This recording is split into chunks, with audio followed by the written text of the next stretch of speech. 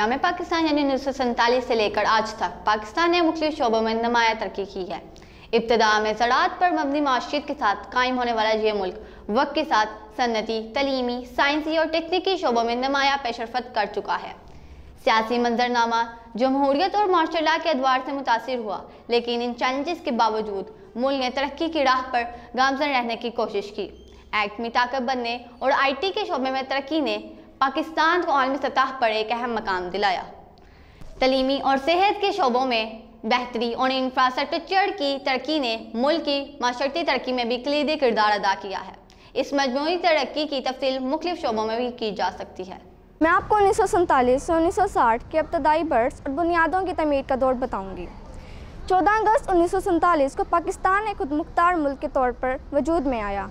अबूरी आइन के तहत हुकूमत चलाई गई और 1965 में पहला आइन नाफिज किया गया। कायद-ए-आज़म मोहम्मद अली जिन्ना और लियाकत अली खां की क़यादत में नौतश्कील शुदा मुल्क को मसाइल का सामना करना था, जिनमें मुहाजिरीन की आबादकारी शामिल थी। हिंदुस्तान से इलाक़ों मुहाजिरीन की और इनके मसाइल को हल करने की कोशिशें जारी थीं। दरिया के पानी की तकसीम के मुआहदे और आबपाशी के निज़ाम में बेहतरी भी की गई। अस्सलाम वालेकुम, मेरा नाम स्मिया मरियम है और आज मैं आपको 1960 से 1970 तरक्की और इस्तेहकाम के दौर के बारे में कुछ मालूमात फराहम करूँगी। दूसरा आइन नाफिज किया गया। 1998 में अयूब खान ने मार्शल लॉ नाफिज किया और बाद में सदर बने। मुआशी तरक्की तरीक़ों और टेक्नोलॉजी के इस्तेमाल से पैदावार में इजाफा। 1960 की दहाई में सनती तरक्की में तेज़ी। कराची और फैसलाबाद शहरों का सनती मराकज़ बनना। तालीम, नई यूनिवर्सिटी और कॉलेजेस का क़याम, तालीम की शरह में इजाफा। सेहत, इब्तदाई सेहत के मराकज़ और अस्पतालों के क़याम। इंफ्रास्ट्रक्चर्स, तरबेला और मंगला डैम्स के क़याम जो पाकिस्तान की शरह में तवानाई और आबपाशी की ज़रूरियात को पूरे करने में अहम किरदार अदा करते हैं। मोटरवेज़ और कौमी शाहराहों की तामीर हुई। शुक्रिया। मैं आज आपको 1970 से 1980 तक की नेशनलाइजेशन और माशी असलाहात के बारे में बताऊंगी। 1973 में ज़ुल्फ़िकार अली भुट्टो के दौर में तीसरा आइन नाफिज किया गया। बड़े पैमाने पर सनतों और मालियाती अदारों की नेशनलाइजेशन हुई। एटमी प्रोग्राम की बुनियाद रखी गई। तलीमी शोबे में असलाहात और नए अदारों का कायम किया गया। बुनियादी सेहत के मराकज़ की तादाद में इजाफा हुआ। ख़वातीन के हकूक़ के हवाले से इब्तदाई कानून साजी की गई। 1980 से लेकर 1990 में इस्लामी कवानीन और माशरती तब्दीलियों के बारे में बताऊँगी। सियासी तरक्की 1970 में ज़ियाउल हक़ ने मार्शल लॉ नाफिज किया। इस्लामी कवानीन, ज़ियाउल हक़ के दौर में इस्लामी कवानीन का नफाज किया गया। माशी तरक्की, ज़ियाउल हक़ के दौर में नजकारी की पॉलिसियों का आगाज़ किया गया। साइंस और टेक्नोलॉजी, ज़ियाउल हक़ के दौर में एटमी प्रोग्राम में मज़ीद पेशरफत। तलीम, दीनी मदारिस की तादाद में इजाफा। सेहत, निजी अस्पतालों और क्लिनिक्स की तादाद में इजाफा। इंफ्रास्ट्रक्चर, सड़कों और मोटरवेज़ की तादाद में इजाफा।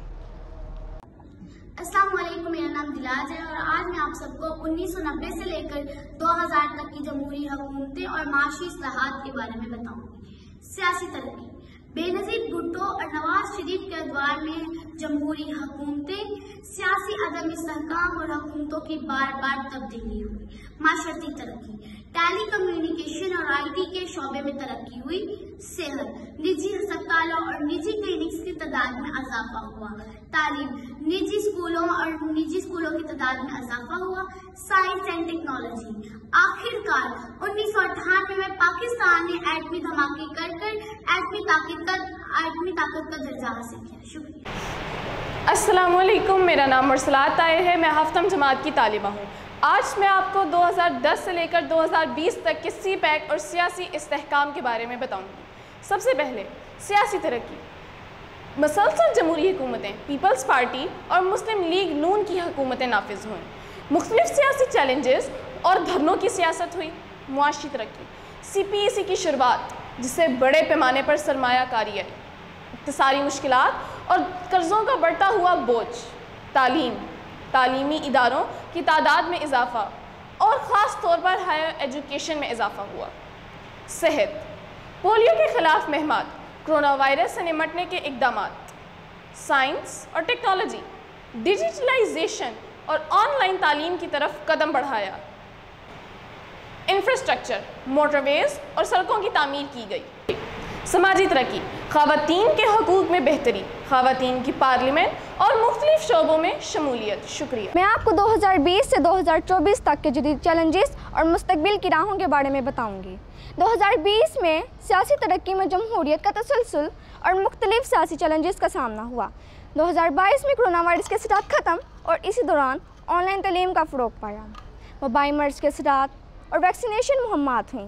साथ ही साथ टेक्नोलॉजी के इस्तेमाल में इजाफा और डिजिटलाइजेशन की जानिब पेशकदमी की गई और माशरे में बहुत सी समाजी तब्दीलियाँ हुईं, जैसे कि ख़वातीन और नौजवानों की बढ़ती हुई शमूलियत।